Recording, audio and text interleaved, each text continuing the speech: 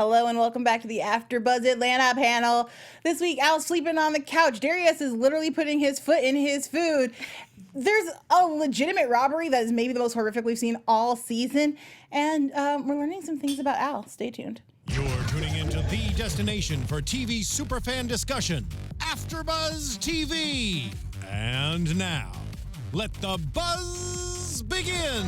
Hey y'all, welcome back. We're celebrating Kanye's glorious return to Twitter, and of course Al's solo journey on what seems to be a very important anniversary for him. As always, I'm joined by Kelli, Steph, and Drew. Our girl Ivana's out this week, but hit her up on the Twitter, say hey, brighten up her day. Let's just dive right into a quick recap of the episode. From the top, we've got Al sleeping on his couch. We've got his mom running around singing gospel tunes. Darius trying to cheer him up, making some food. He's not really about that life. We see Sierra again. Was Sierra in here? Episode 3 or 4? Yeah, I think so. Hang on the couch. She's laughing at Ern, making a lot of jokes. She's back this week. Not his girlfriend. Maybe his girlfriend. We'll talk about it. From there, she takes him to the nail shop. She takes him shopping, and he talks about how he wants to be real in life, as opposed to fake Instagram kind of just selling himself. He decides to walk home instead of taking a ride from her. Then he gets robbed by some fans, which is pretty awful. And then he has a whole journey through the woods and ends up at a gas station. Guys, give me some thoughts on this top episode, specifically as it pertains to Al's solo adventure, because we never had a solo episode with Al before. Yeah. I love episodes like this where it gives a character dimension, and I feel like Al is kind of like this grumpy, like whatever type of dude, and I like that we kind of got hints of maybe why he is the way he is. Totally. So I was down for it. Yeah, I agree. I feel like it really developed his character, and I felt just really bad the entire time because I feel like the whole season has been really bad luck for him, but this was by far the worst robbing that we've seen. But I think it really goes to show how good of an actor he is because he got emotional, and I loved it, and I was sad. Okay, so for me, let's see. Keep this short because I'm always long with it. I agree with everything you guys said. I thought it was great. We got to see a lot of range with Al this time. He experienced a lot of different emotions, especially when he got when he was in the woods. We just got to see a lot of different levels to Al that we've never seen before. And then you picked up on some stuff that I completely went over my head, which completely changed the entire way that I viewed the episode. So yeah, we definitely need to talk about it. But yeah, it was good. I don't know. It made me warm up to him a little bit more. Not that I've ever had a problem with Paperboy, but it definitely. I was like, oh, okay, all right, I feel it. So this is one of my favorite written episodes. Aside from, guys, I struggle with names. 2 weeks ago, we had the Michael Jackson episode. Teddy Perkins? Teddy Perkins. Thank you. Don't. She looked like Drew was on it. She was like, please don't give the voice to us. I really appreciate the shout out, Drew. Teddy Perkins is obviously probably going to be the best written episode, just as far as twists and turns and surprises.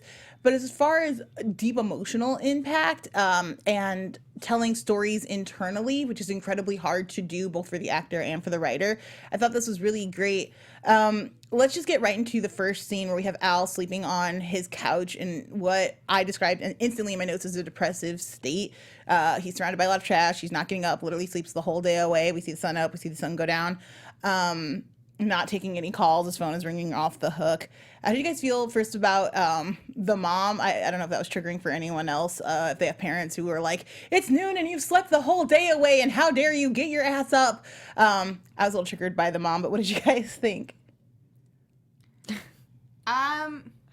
I was a little, at first I didn't see, okay, so I didn't see the episode going the way it did because I thought it was going to be a lighthearted, anytime a mom is involved and she's like, black moms are hilarious. They are. I have a white mom, but I was raised part-time by my black grandmother, so it was basically like having another mom, and they just like come for you consistently, and it's just like funny. So it was just like funny, and I was like, oh, okay, like we're gonna get to see, you know, Paperboy with his family, and then that's not what happened. So.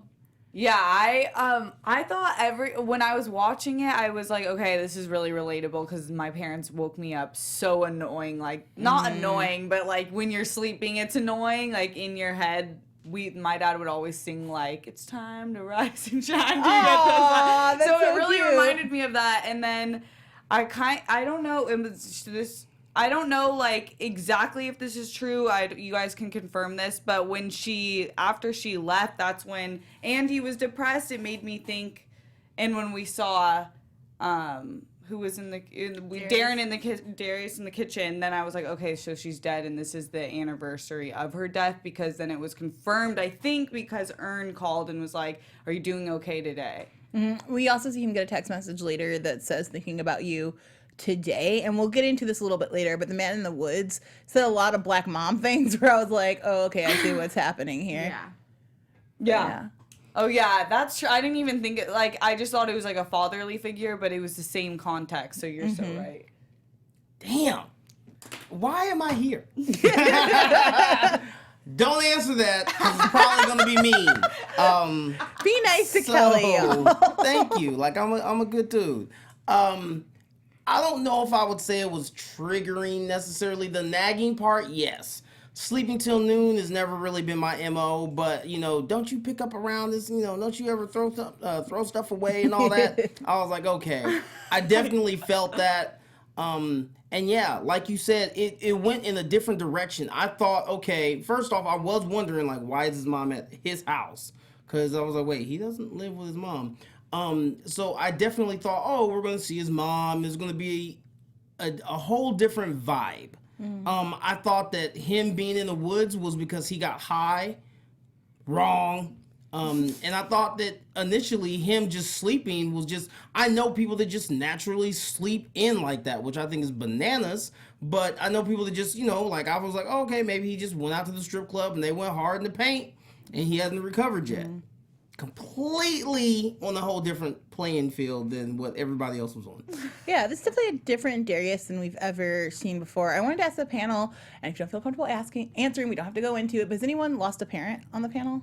I lost my grandmother about 3 years ago, and she was basically a parent, and I felt for this episode. I was like, this makes a lot of sense. Oh, it's my stepmom. Yeah. My mother lost her father in college, and so it's something that she's always been very open with me about like that feeling of losing a parent. We've never done the anniversary of her death, but his birthday is really hard, especially because I have a cousin who shares his first name and his birth date. And so I guess I was wondering, like, is there something that you guys do on either the anniversary of their death or on their birthdays to celebrate or honor them? Or is it the same feeling as we sort of saw Al go through, which is I don't want to do anything. Like, I don't kind of want to connect with the outside world on this day. I think the first year for me, because she passed away 4 or 5 years ago, I think the first year for me, I was in Al's shoes. I was like, I don't want to deal with this. But my grandma and I used to go to movie theaters. I feel like she's a big reason I'm into the entertainment industry. But we go to the movie theaters, and she would, like, this lady would manage to fit, like, whole, like, McDonald's meals. Yes, Grandma. In her bag, like, large Coke and Taking that whole Popeyes meal into where the they were theater. like, we're like, there's no way that, like, it wouldn't spill over or anything. And I used to think that was magic. So I do that now on her anniversary. I love and that. like, even though I can afford concessions, I still will. Gotta So sneak it in. overpriced. Yeah. And not that good. Let's be honest. Movie theater food sucks. How about you, Kelly? You do anything on the anniversary? Or? Well, my stepmom, her birthday was actually on New Year's Eve.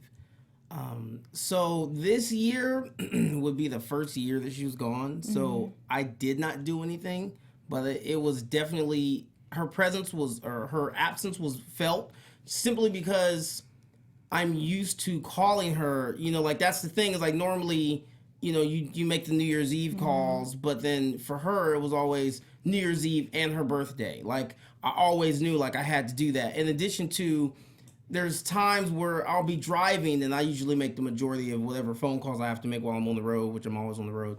And I'll think like, oh, like it's been like, 3 or 4 weeks, like I need to call because I know she's going to say something. I haven't taken the number out of my phone yet. So when it comes to anniversaries, I haven't done anything yet. And I was thinking as you were talking about, like doing things for anniversaries, like my mom, for my grandmother on her, or my mom's side, she always lets me know, hey, this is her anniversary, but I've never understood, well, what am I supposed to do? Like, yes, I'm aware, and yes, I'm sad, but I've honestly never known, like, well, what am I supposed to do? I think that's really I fair. actually taken some notes. Especially in American culture, we don't have a lot of ways of honoring our dead. We kind of put you in the ground and, think on it or whatever, and then it's kind of over. I know, like, a lot of, from different Asian, I have, like, a lot of Filipino friends, and they, like, a lot of them have altars for family members and things. You've got Dia de los Muertos and other kinds of celebrations of the dead or for your ancestors in other cultures. But it's not something we have in America, and I think especially since most people will lose a parent before they go, it's strange that we don't have a way of talking about or dealing with these emotions that is a cultural norm. Yeah. So I think it's interesting that that's where this show started off. Moving on to like how people try to help Al through this. Yeah. We all love Darius. We talk about this consistently. And today he used one of my favorite phrases, which is I'm going to put my foot in it, which if you live outside of Black culture or are not familiar with Black vernacular, essentially this means like I made it great. Like I put my whole self it's like put into your back it. into it, kind of, but like I'm going to put my whole foot Why in the foot? I don't know, but Or I the adore leg. the foot. I usually say, because I have a dish that I make, like baked beans, and I'm like, oh yeah, girl, I'll put my whole leg in that I've thing. literally like, never heard that. Yeah, well, because I had to take it above like a notch above a foot. Okay, always going extra. So it's like, just, like I put my whole thigh up in there. Like, Okay, that's a whole lot. I feel like the foot is to symbolize, like, look, it's in there, it's good, it's great. Like, But then he Right. actually put his foot in it. That reminded me Literally. of That was some too like wild. Sugar Mama, Penny Proud stuff when Yes. she put her toe jam in She food. Yeah, did. you can sell that. take it all the way back, girl. You know what it reminded me Wow. of? My grandmama used to be like, you better use every bit of the trash can. Like, we're not just gonna, because she, like, Jamaicans don't like wasting things. We don't, okay? We will use everything at least 5 times. But, like, she used to, like, stuff her foot in the trash can to push all the trash down. And so that's what I always think of when it's like, I'm going to put my foot in it. Like, you're going to get every bit of this energy. Yes. And use of it. Matter of fact, I almost remember getting yelled at if you didn't push it down first and you just went to take it out. Why are you wasting Oh. garbage bags in my house? Yeah. We have Oh, problems. money growing on trees now. Oh, are you bringing home a check? Get out. Or as my mom used to say, I'm sorry, guys, I'm sorry. As my mom used to say, oh, so you just eat green paper and shit and money now. Ah, your mom's wild. I also like Darius calls out Al's girlfriend situation. The way he sighed / was so feminine in its So like auntie. approach. That's exactly the word I'm looking for. It's very auntie. It's just like, I see you running around with your little friends. Okay. Based off of just that conversation, do you think that Sierra is Al's girlfriend and like he doesn't know? Is it one of those situations, or is Darius just kind of observing and being like, bro, this is the road you're heading down and you need to be careful? I think relationship culture is very interesting now, where it's like, Good points. I don't know, like I feel like you never know what relationships really We're just are. talking. Yeah, you can be smashing, you can be living up in a house with somebody, you can be on the same phone plan, and it's like, oh, is that your girlfriend? Whoa, whoa, No, whoa. that's too Right, heavy. right. Whoa, Slow whoa, down, whoa. slow It's down. All politics. Y'all We're spend just all saying. your holidays together. Yeah, but she's not the one. Yeah. This is weird. So I just thought Darius, This is Darius weird. has a lot of auntie moments. Like I feel like he's like male auntie. He's definitely in touch with both his masculine Yeah, and he's feminine Monty. side. He'll But do I what he feel needs like to we do. do that Monty. too. Yeah. I always side eye my friends when they're about to see someone. At least I took it as like he's not really into it that much, but he's supportive, which is how I feel most of the time with the guys my friends bring. You know what, Steph? Why you read us for our lives, girl? That's not this kind of show, okay? Why you put my business in the streets? This is rude. For me, I felt, because I do the same thing. I give my homeboy shit, depending on what their situation is. And that's what I felt it was. It was like, okay, I know you don't do the girlfriend thing, but right now, bruh, you're low-key in girlfriend mode. It's happening. And I didn't think of her as his girlfriend, but I feel like she was definitely positioning herself to get in that space. So Sierra's clearly big balling because she can drive a giant SUV in this economy. How? I don't know how y'all are doing it. How are you filling the gas up on this thing? What is the insurance on it?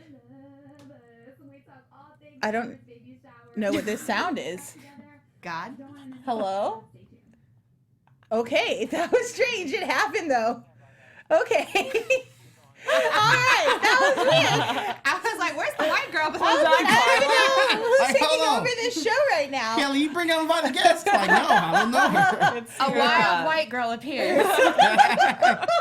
Hey, Oh y'all. my god. Maybe that was the spirit of Sierra coming through here doing a lot of extra business. Sierra was extra to me, and at first, let's just talk about first impressions for Sierra, because like initially she pulls up in the car and I'm like instantly like, I don't know, if Darius isn't into them, I'm probably not into them, let's just be real. But then she has this whole like moment with listening to Paperboy's song and she got too turned for me, and I'm like, this doesn't feel authentic. Yeah. What was your initial reactions of just her appearance and her conversations with Darius? From the get-go, I was like, oh, she's Instagram famous. And she, like, I don't want to, I'm all for women. I don't want to group women together. But there's a very particular type of woman that's an Instagram girl. Yes. And she was just the epitome of it. Personality, all of that. And I was like, okay, I see you. I see what's going on here. Like, if they would have stopped with just that scene, I would have known everything I need to know about her. What? I was telling you guys during it, I went from like being like she's okay to then really liking her to not liking her, which we'll get into. But I knew she was kind of playing some sort of politics, but I also didn't know what the writing angle was. Like if they were trying to make it like, oh, like girls grill their guys, like, which we do with questions. Like we want to know stuff. Like I want to know stuff. Sir. But Y'all be so- playing too much. We have to ask questions. got- We would never know anything if it was up to men. Just be like, yeah, I'm here now. Where were you before? Don't you worry about that, boo. Not even Yes, I an do. issue. I was where I was. I was not gonna play. I have For me, questions. I thought she was okay. She was all right. I didn't really get annoyed with her until one, she started low key kind of bagging on him about Earn, which just because we know that Earn is a little lacking in some areas managerial wise, but Earn always means well, and he really does have Paperboy's best interest at heart. So I was kind of mad at her for planting that seed, because to me that's like seed number 2. Because remember when he's in the studio with Clark County, and Clark County's like, oh yeah, but my manager, he does this, he does that, woo-de-woo. So I was kind of salty with her about that, but at the same time, I did kind of appreciate the fact that she was really just trying to upgrade him.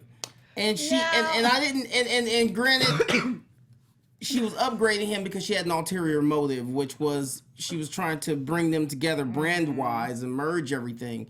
But there are some areas which he could stand to improve, so I wasn't mad at her for trying to improve him in those areas. But Here's why I was mad at Sierra for trying to improve him. It's not even the fact that she was doing it just for herself. It's that it was really bad advice. The idea of like, oh, you need to get free shit.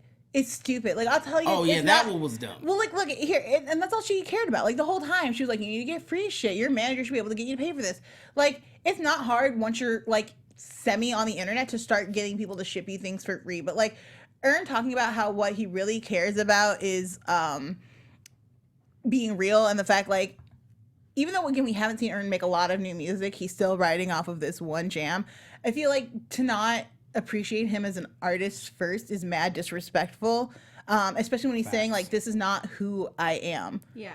Facts. I also feel like it kind of reflects off of like what the entertainment industry is right now, and it's where we have people who are having an actual craft, and then people who are just pretty and can create this like facade of a life. And so like her being like, oh, you need free shit, oh, like Earn's not doing this and this for you. Earn is doing what he needs to do for Al to make the best music he can make. We even see him doing that in the morning, calling and being like, look, can you sign this paperwork? Which is what Al's not an Instagram, like, you know what I'm saying? Like, Al's not just like, it's not a visual thing. Al is creating music. And so it's like, I think it's interesting. We had Keith Powers in the studio yesterday, and he was talking about social media and how it plays into on his what career, show? on Famous in Love, on how it plays into like his career, and how like it's wild that his craft now has to take part in like social media, and like social media and his craft go hand in hand. And I just think it's interesting that like we can't just appreciate the art. Like we have to know what they're doing. We have to see all this. There has to be some type of like glitz and glam. Yeah, I agree with that. And I felt like it's relatable to probably all of us because we see people literally in the industry getting hired just off followers. Like people who've never acted are acting just off being Instagram famous or YouTube famous. No sign of talent. And it sucks because it's like you do have to play some sort of politics. Like you have to post, you do have to like use your name and likeness and get the word out. But it's like this balance you have to pick before you're playing yourself, like Ern really doesn't want to do. When he was like, she screwed up for me when she was like, no one wants to see someone that looks like them famous. I don't think that can be true, but I don't think that's definitely when I was like, that's horrible advice. Okay, so nobody wants to see an Instagram girl that looks like a girl that they could bag. Like that's not what the Instagram game is about. Like it's about like almost unobtainable perfection, right? So I get like in her lane, like sure girl, you're completely right. Like he should have like the latest shoes on and he should be getting the free things because that's about the best compensation you can get as an Instagram person because all you offer is what you can sell, right? That's the whole model of that business as we know it so far. Internet changes rapidly. That could definitely change. But I feel like for Ern, who's way past the Instagram generation age. We're talking about Al? I'm sorry. Al, who's like in his mid 30s, maybe early 40s. Like he's past that. Like unless you're a Will Smith who could just be like, look at me, I'm balling with my rich ass kids. It's just not gonna work. And also like the idea that people don't want to see people that look like them, like that doesn't make sense because like the Grouch is a really great rapper who literally survives off the fact that he's just an average looking dude. Yeah. People Most love male that. rappers right now are average. The only thing different is their eyes. Jay-Z just has $500 jeans on, but you could put him in almost anything and he would still be Jay-Z. You'd still be like, that's cool. Unless you look like Dave East, I'm really not that pressed by you as far as rappers. Okay, he's like in a league of his own, but everyone else, like if you look at all of the Migos, like they all look, if you saw them on the streets, they're average. Like of course there's the Chris Browns and stuff where you're like, what happened to your face? Like, why do you look like that? But everyone else looks average, and I think people like that, except when they like buy millions of dollars. Yeah, I feel like Kanye's kind of a perfect example. People always talk about how they miss the old Kanye's because Kanye used to be mad relatable. Kanye used to be that dude that like everyone knew a Kanye on their block who like had the verses like that, and you could relate to his hustle. And now that he's Kanye Kardashian and like not related, like his music still bangs, but it's just like it's not the same, you know. I don't know. I feel like we might be getting some old Kanye back. He was talking about the death. Yeah, based on those tweets, I'm praying for it. Once he started talking about the death of the ego, I'm like, Kanye, what's happening? Come back to me, brother. I'm excited. You? Like he literally just took acid and like woke up. He and Kim are looking more in love than ever, and I respect that. Like they have 3 kids now, and so there's a lot happening in their lives. Like, I'm so happy for Kanye. I'm loving the whole Twitter thing. But yeah, so let's talk about Sierra taking Al to the shop. Yeah, we got time. I know the girls who always have their nails done, who are in the shops like weekly, have a lot of thoughts on the male grooming. So I'm gonna let you guys just take this moment. Okay, male grooming, especially in the Black community, oh my God. is so fucking important. Oh my God! Let me tell you Wash something. your face. Washing your ass doesn't make you gay. Not having dirt under your fingernails doesn't make you gay. It makes me want to allow you to touch me more. Okay? Ooh. I don't want no grimy ass Negroes touching me. So please. We're not trying to be Amber Rose out here clipping your toenails, teaching you to eat vegetables. Like nobody has the time. I need you to be a grown ass man. Clean your body. Take care of it. You only get one of them. It's not. You're not gonna be. Oh my gosh, I could go for days about it. Let me know when I can tag in. Go off, Kelly. All right. Yeah, you're tagging on the male grooming, and then I'll finish this. Okay. All right, go for it. Okay. Now, on the flip side of that. There is literally no flip side of it. No, there is a flip side. The flip side is just be a dirty ass nigga. No. I get it. You don't want to do, with backwoods residue and lemon pepper seasoning touching you. But I don't want to make out with you if your face isn't washed. Okay, and that's a good one. That's a good point. Now, on the flip side, I have always been, like I was raised primarily by my mom and my grandmother. And so grooming and hygiene was always a big thing. And then even when I got with my dad, like one of the smoothest dudes I know, grooming was always a thing. Grooming, shaving, keeping your nails and everything trimmed. So that was always a thing. And then we had this punk ass term, metrosexual, come out. And it pissed me off because it... a lot of people blurred the lines of the definition of metrosexual with homosexuality. So it was like, oh, well, Kels, you're a metrosexual because you know, occasionally you do get your nails done. And I don't get them done like manicure, but you know what I'm saying, like with tips and stuff, just like getting my nails clean and stuff, and just keeping my toe game right and all of that. And what pissed me off about it was like, you're almost accusing me of being, you know, homosexual or having homosexual tendencies when my primary motivation is for women. Like, I'm trying to smell good because I want you to get close. I'm trying to look fresh because I want you to be like, ooh, okay, I see you. So when I say on the flip side, what I mean is at the same time, I used to have women on my head like, is like, Kels, like, you kind of sus. Because I was so meticulous with my grooming. So on one hand, it's like, no, girl, he too pretty. I don't trust it.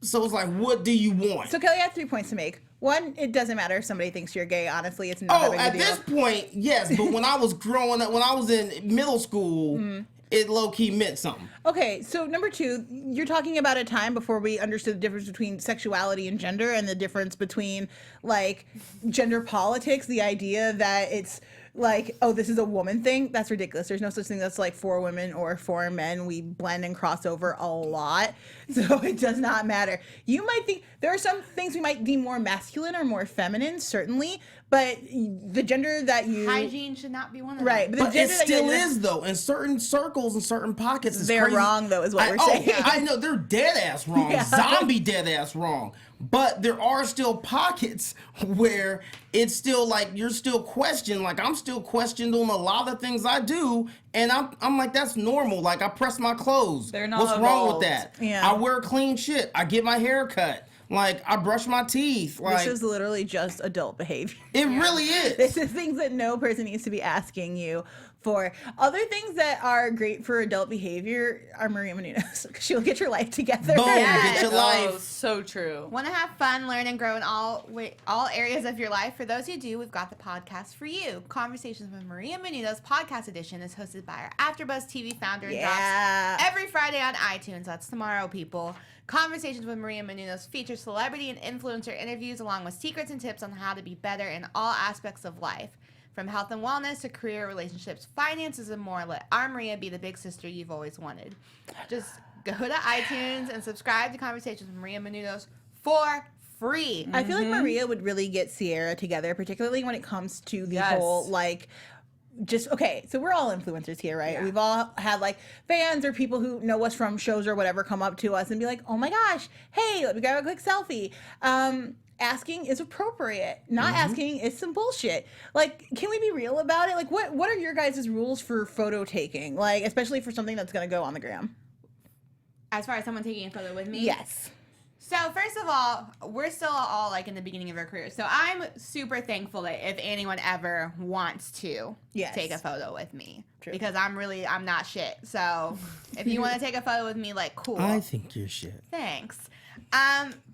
It's just about consent, you know? Just ask. If I look like I'm doing something, like, kind of important, or if I look, like, visibly upset about something, maybe that's not the best time. If I don't look good, skip it. If my makeup is not put together. Yeah, that's just rude. You come up to talk to me, it's cool, but like if the photo might not happen, it's not because of you. It's because it's not happening right now. I have like a few friends who are, you know, much higher up in the industry and do have a lot of people stop them, and I've been out with them when they've gotten stopped. And I think it's just, if you wouldn't want someone coming up to you like that and like, you know, just snapping photos you, or in your if you face. wouldn't feel comfortable of like being dressed like that or whatever, maybe not do. Just have respect. Read the room. Yeah. Use your best judgment. I will give Sierra credit though. I think she's identified what she wants to be and what she's okay with, and that's okay. I respect your hustle, and she does hustle like her business to a max, and we do have to respect her for her like how she gets her business. Like, I gotta be competing with white girls with lip fillers and butt injections. Like, I got to do this, and that makes sense to me. Really quickly, because I want to wrap up with Sierra because we have a lot more to talk about. But how do you guys feel about her asking essentially Al to be in a Instagram relationship, which was like, look, we don't have to fuck. We don't have to even really be together. But I'm trying to build my brand. Let's cross our brands, which I think is the thing we're going to see a lot more of, particularly as people start identifying themselves as branded content. A very typical thing to do in the industry with branded content is to cross promote your brands. Yeah. So it's not out of the realm of possibilities or even sanity. Again, I would just say, Sierra, read the room. But what did you guys think? I think it's really interesting because I've done a couple interviews with different people who have other significant others in the limelight, and one of my favorite things that was said was by Keith Powers, and he said that he dates Brian Destiny from Fox's Star, and they like if he knows that she needs to promote something, he won't go on a carpet with her because he doesn't want it to be about. He doesn't want the press to make it about that. He wants her to be able to go and do her thing and like it not be in the way. And I like that because I feel like obviously they're branded together because they're like a power couple, but they still get to be their own entities. And I just feel weird about like social media. Like when I'm in relationships, I don't really put like maybe like every now and then, but I don't really post my significant other because I'm in the public eye and I just don't. That's something that I want for me and I don't want it to be like up for critique or whatever. Is it Ducky Thought and Trevante Rhodes just announced their relationship maybe a month and a half? Kofi. No, it's Kofi Sabraw. That's right. Really, honestly, either of them. Oh, Jesus. Woo! Lord! But I liked the way they did it, which was kind of really classy and subtle, which is like, and we're together now. And there are a couple photos. And occasionally you will see us like just holding hands in a photo and just don't be alarmed. We are together. Yeah, because I don't like the branding because I think, well, what if you break up? Right. Then what? You got to go through. Then I release my album of 10 tracks about how you weren't shit. I feel like that's the model right now. I just don't like business being in my relationship, and I feel like That's it's weird to do that. And you know, I respect that you said that because there's a lot of times I feel like that's an argument with certain couples. Not certain, but just with some couples where they're like, well, why don't you post more of, you know, stuff that we did on this? Like, I legit have 2 IG pages. And it's not because I'm doing dirt with my professional one. No, it's not because I'm doing dirt with my professional one versus, you know, with my personal one. It's just, you know, I have photos of family and friends and shit. And I low-key, like, I want that private. Like, because, you know, that's protected so that, like, I know who sees that as opposed to just having any old body just jumping on, saying whatever they want, reckless, and getting to see all of that kind of stuff. Particularly There's just you, so Kelli, much because crazy. you have a young child. So I know there's a lot of concern around parents releasing images of their children and who can use those and, you know, wanting just to protect their identity because they haven't really formed their own identities yet. There's little people running around. Exactly. Now, to speak on Sierra and Paperboy, it did strike me kind of odd, but given what she's trying to do, and I felt like, again, even though it may have been a little bit misguided, she was trying to help upgrading, and so it threw me off a little bit because I'm like, wait, first off, why wouldn't he want to beat that down? But two, like, because she was like, we don't even have to have sex, like. She said it like she was ugly. I'm like, no, like you can, yeah. That was weird. So, anyways, I think what she was saying was, I don't care about you enough. What I'm interested in is what It's you just- bring to me, which is She's what my big problem with her. Because, like- look, if you're out there trying to help people for genuine reasons to help them, that's great. But she was only involved in her own self-interest, and that's what really pissed me off about her. Like, you're not hearing anything he's saying. You're not really listening. You're just out here trying to secure the bag, which, you know, props to you. But you're treating like. You need to be clear with people, right? If you're dating somebody to date them because you're interested in them, like, that's one thing. And from what we know of Al's situation today, if this is in fact the anniversary of his mother's death, like, I came to kick it with you because I was hoping to get my mind off of bullshit and get some comfort, right? You're not listening. You're basically propositioning me. You're making me feel cheap, essentially, is how I feel like Al must have walked away from that situation. Like, I'm not a hoe.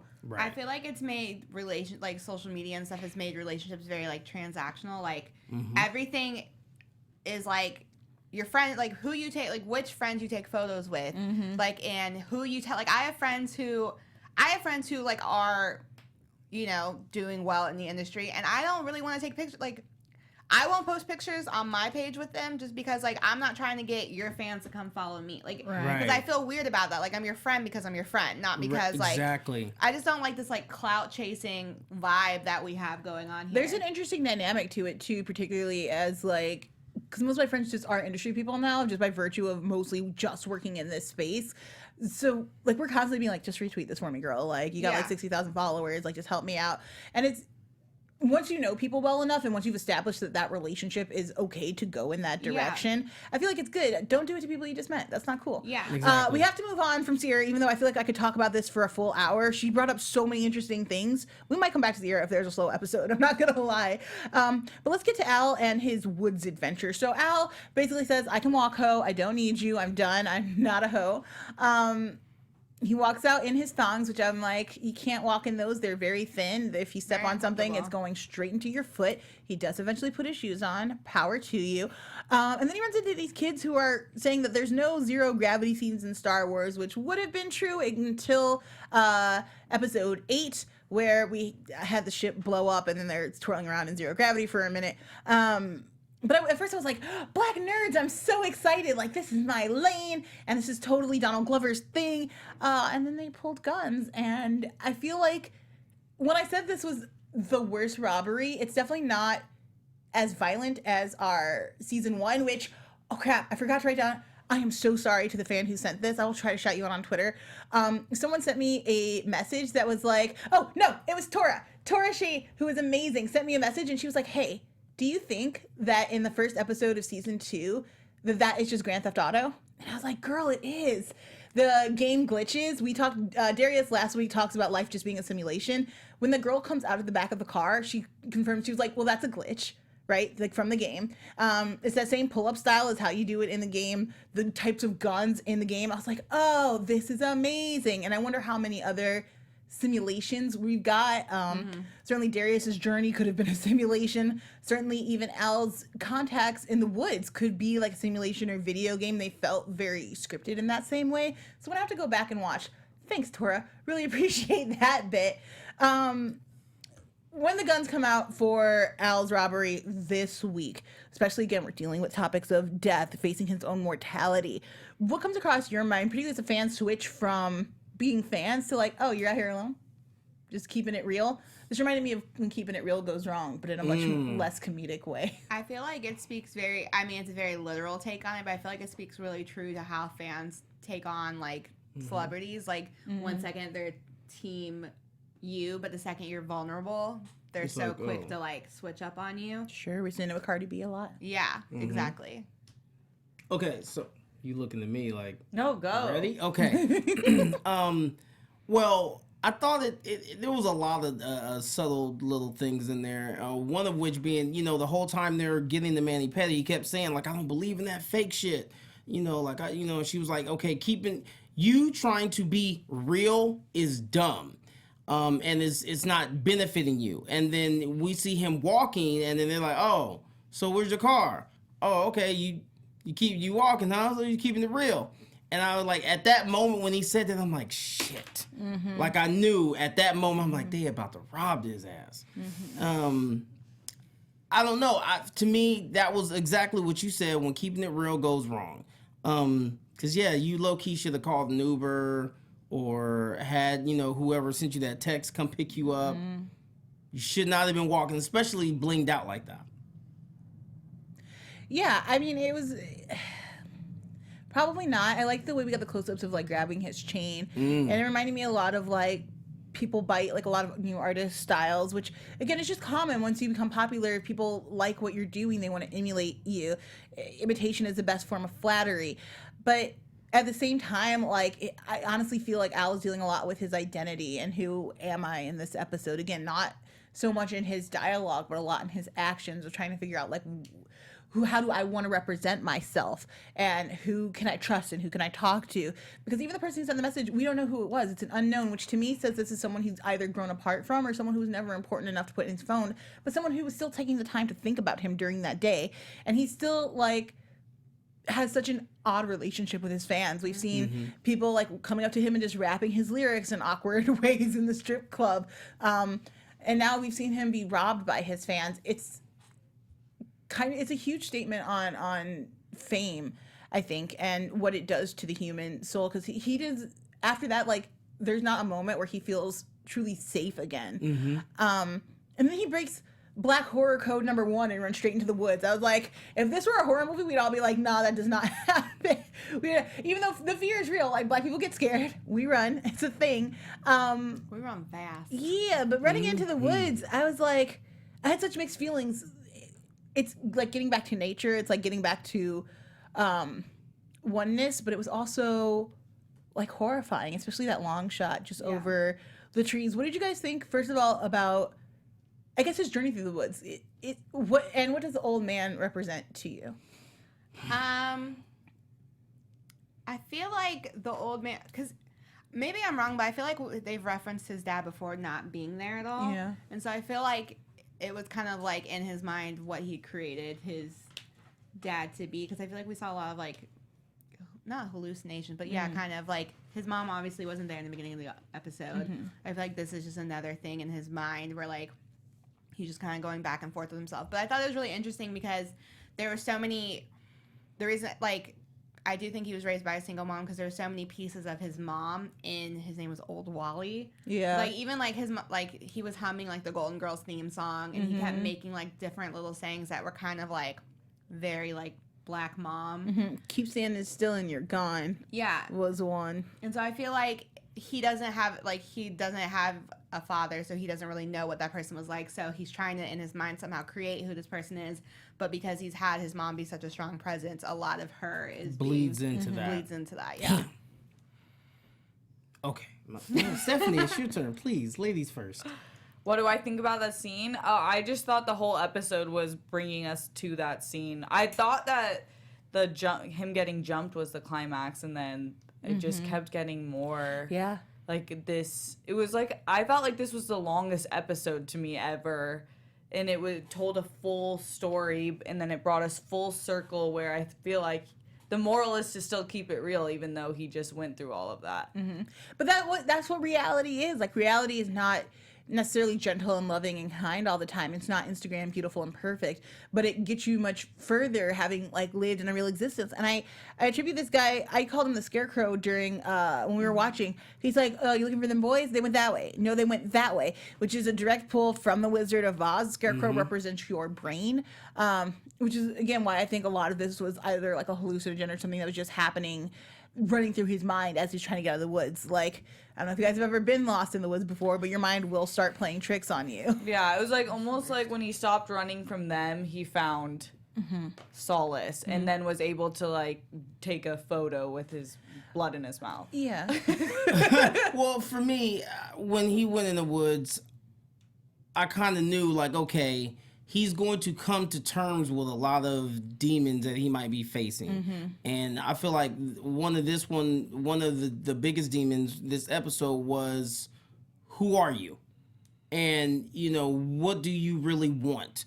Either, because I feel like some would say you can't have it both ways. You can't keep it real and want to be famous.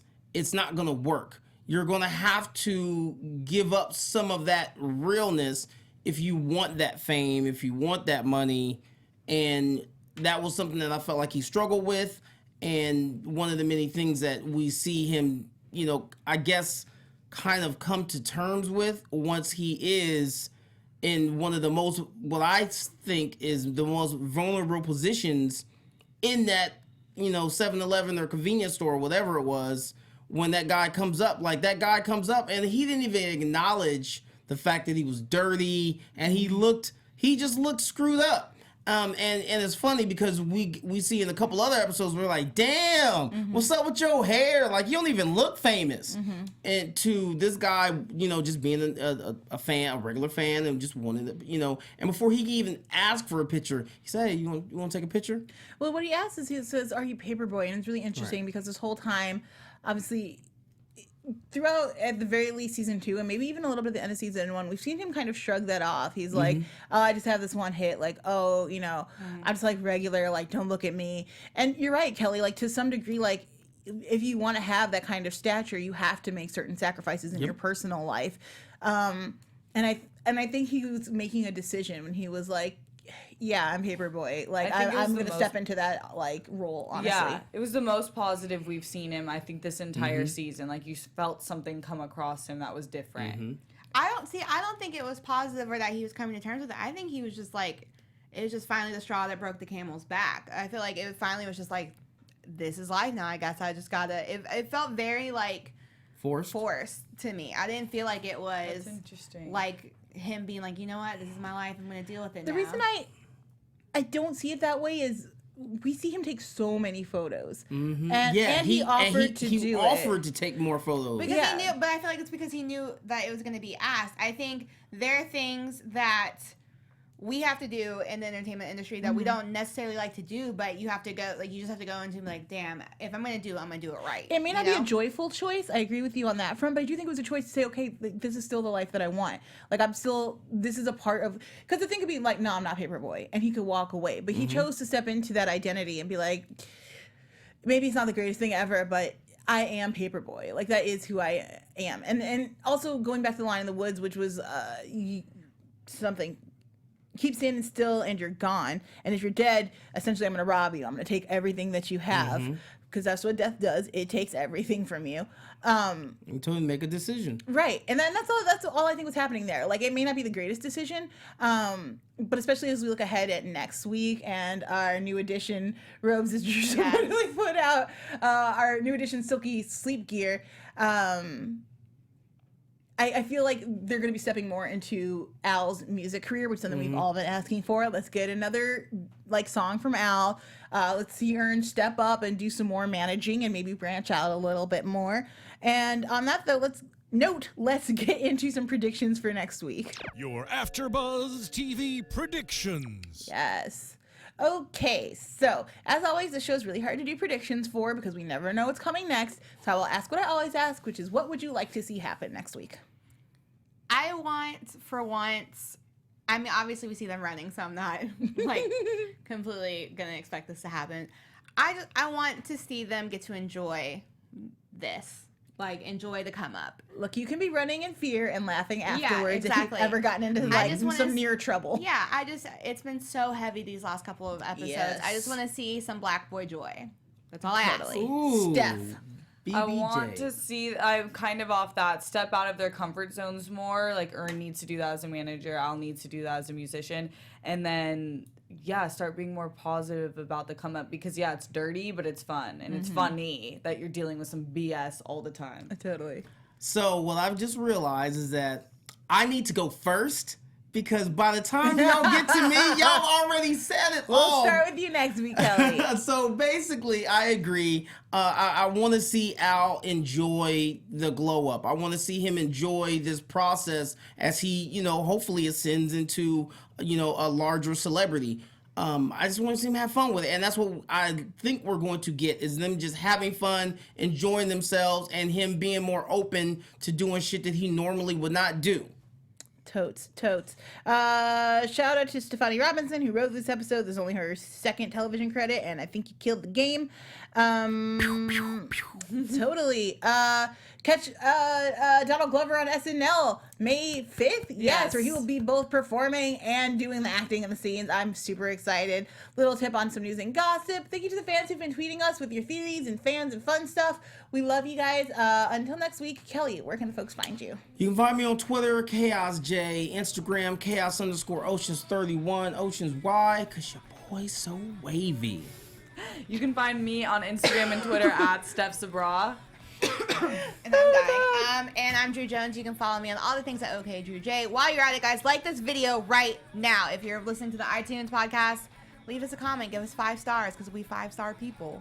Yes, I like that. Definitely. I'm Joelle Monique. You can find me all over the internet at Joelle Monique, every week at blackgirlnerds.com, and on a whole slew of shows coming up. Check my Twitter. You'll see it.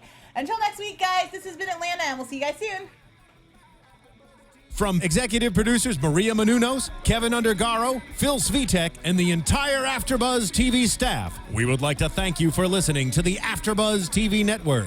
To watch or listen to other after shows and post comments or questions, be sure to visit AfterBuzzTV.com. I'm Sir Richard Wentworth, and this has been a presentation of AfterBuzz TV. Buzz you later. The views expressed herein are those of the hosts only and do not necessarily reflect the views of AfterBuzz TV or its owners or principals.